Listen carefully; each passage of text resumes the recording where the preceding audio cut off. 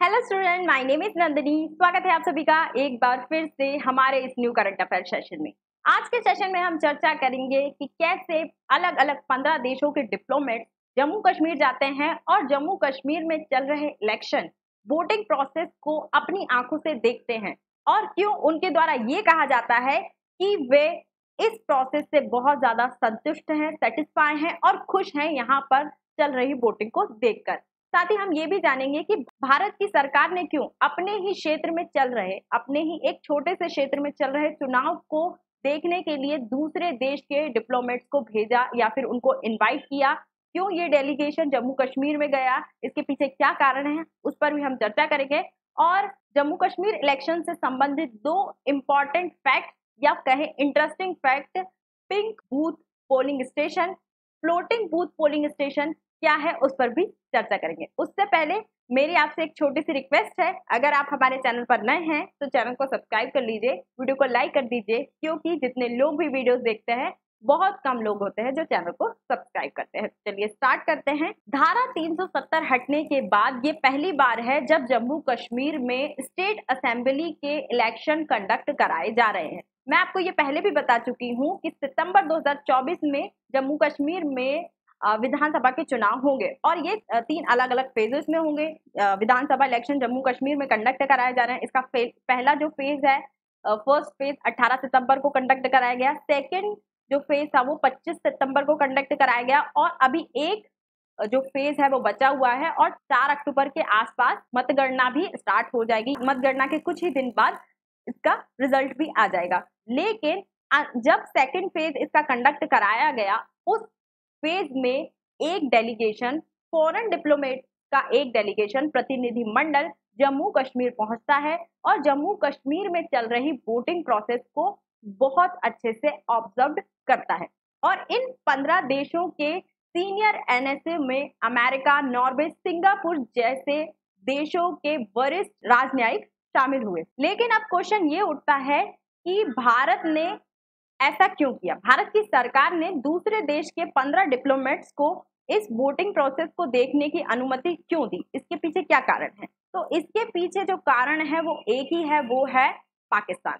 पाकिस्तान के द्वारा बहुत टाइम से ये कोशिश की जा रही है कि वो जम्मू कश्मीर के मुद्दे को इंटरनेशनली लेकर जाए। उसके लिए वो बहुत सारी कोशिशें भी कर चुका है। रिसेंटली हमने जम्मू कश्मीर में बहुत सारे ऐसे आतंकवादी हमले देखे जिन्होंने जम्मू कश्मीर की शांति को थोड़ा बहुत इफेक्ट किया, ठीक है, जिसमें हमारे लगभग 12 से ज्यादा जवान शहीद हो जाते हैं। और सबसे जो भयानक हमला होता है इन आतंकवादी हमलों में वो था रियासी हमला। और इन सभी हमलों के पीछे पाकिस्तान की बस एक ही मंशा थी कि वो किसी ना किसी तरीके से लोकसभा या विधानसभा के चुनावों को इफेक्ट करे, उनको रोक पाए और जम्मू कश्मीर के मुद्दे पर पूरी दुनिया का ध्यान केंद्रित कर पाए। पूरी दुनिया जो है वो जम्मू कश्मीर के बारे में बात करेगी। पाकिस्तान जब से 370 धारा हटी है, जम्मू कश्मीर क्षेत्र को लेकर एक झूठा प्रोपेगेंडा फैलाने की कोशिश में लगा हुआ है और वो ऐसा कर भी रहा है। रिसेंटली यूएन में भी पाकिस्तान ने जम्मू कश्मीर के मुद्दे को उठाया, लेकिन जब पाकिस्तान ने इस मुद्दे को उठाया तब भी पाकिस्तान की घनघोर बेइज्जती ही हुई, लेकिन पाकिस्तान अपनी हरकतों से कभी बाज नहीं आया। तथा पाकिस्तान ने ऐसी बहुत सारी अफवाहें फैलाने की कोशिश की जिसमें उसने कहा कि जम्मू कश्मीर के लोगों को राइट्स नहीं मिल रहे हैं, वोट देने का अधिकार नहीं है, उनका स्टेट का दर्जा छीना जा रहा है। बहुत सारे ऐसे झूठे आरोप पाकिस्तान के द्वारा भारत पर लगाए गए जम्मू कश्मीर क्षेत्र को लेकर। लेकिन एट द एंड पाकिस्तान की जो पूरी कोशिशें हैं, जो पूरी मेहनत थी, वो आखिरकार पानी में गई, उसका कोई रिजल्ट नहीं निकला। एट द एंड भारत ने वहां पर लोकसभा के चुनाव कंडक्ट कराए और अब वहां पर विधानसभा के चुनाव चल रहे हैं। तथा जम्मू कश्मीर की जिस रियासी डिस्ट्रिक्ट पर सबसे ज्यादा खतरनाक हमला किया गया आतंकवादियों के द्वारा, उस रियासी डिस्ट्रिक्ट ने पाकिस्तान को आतंकवादी हमले का करारा जवाब दिया। कैसे दिया? रियासी में रिकॉर्ड वोट देकर, मतलब कि सबसे ज्यादा वोटिंग परसेंटेज है रियासी में। उसमें भी जो रियासी के एक विधानसभा सीट है जिसका नाम है वैष्णो देवी, वैष्णो देवी जो सीट है, उस सीट पर सबसे ज्यादा मतदान दर्ज किया गया है। तो एक तरह से रियासी ने पाकिस्तान को भी उस हमले का करारा जवाब दे दिया है। और इस डिस्ट्रिक्ट में, रियासी डिस्ट्रिक्ट में बहुत ब्रूटल हमला आतंकवादियों के द्वारा किया गया था, जिसमें एक पिलग्रिम्स से भरी हुई बस खाई में जाके गिर जाती है। उसमें बच्चे और महिलाओं सहित कई लोगों की जान चली जाती है। ठीक है, तो इस ब्रूटल हमले का जवाब रियासी की जनता ने भारी वोट कर दिया है। तो पाकिस्तान की जो कोशिश थी जम्मू कश्मीर को बदनाम करने की, उस कोशिश पर पूर्ण विराम लगा दिया रियासी की जनता ने। और रियासी के वोटिंग परसेंटेज की बात करें तो 74 से 75% के आसपास वोटिंग परसेंटेज रहा रियासी में। और रियासी की जो वैष्णो देवी सीट है उस पर लगभग 80 से 81% तक का वोटिंग परसेंटेज रहा। तो इतना ज्यादा वोट वहां की जनता ने किया, इतना ज्यादा मतदान वहां पर किया गया। ये एक साफ साफ तमाचा है पाकिस्तान के मुंह पर, क्योंकि पाकिस्तान जम्मू कश्मीर के मुद्दे को ले जाकर हर किसी के सामने रोता है, जम्मू कश्मीर के बारे में अफवाह फैलाता है। तो कल को वो ये भी कह सकता है कि जम्मू कश्मीर में जो विधानसभा के चुनाव हुए हैं वो फेयर नहीं है, या फिर ऐसी कुछ भी अफवाह पाकिस्तान फैला सकता है।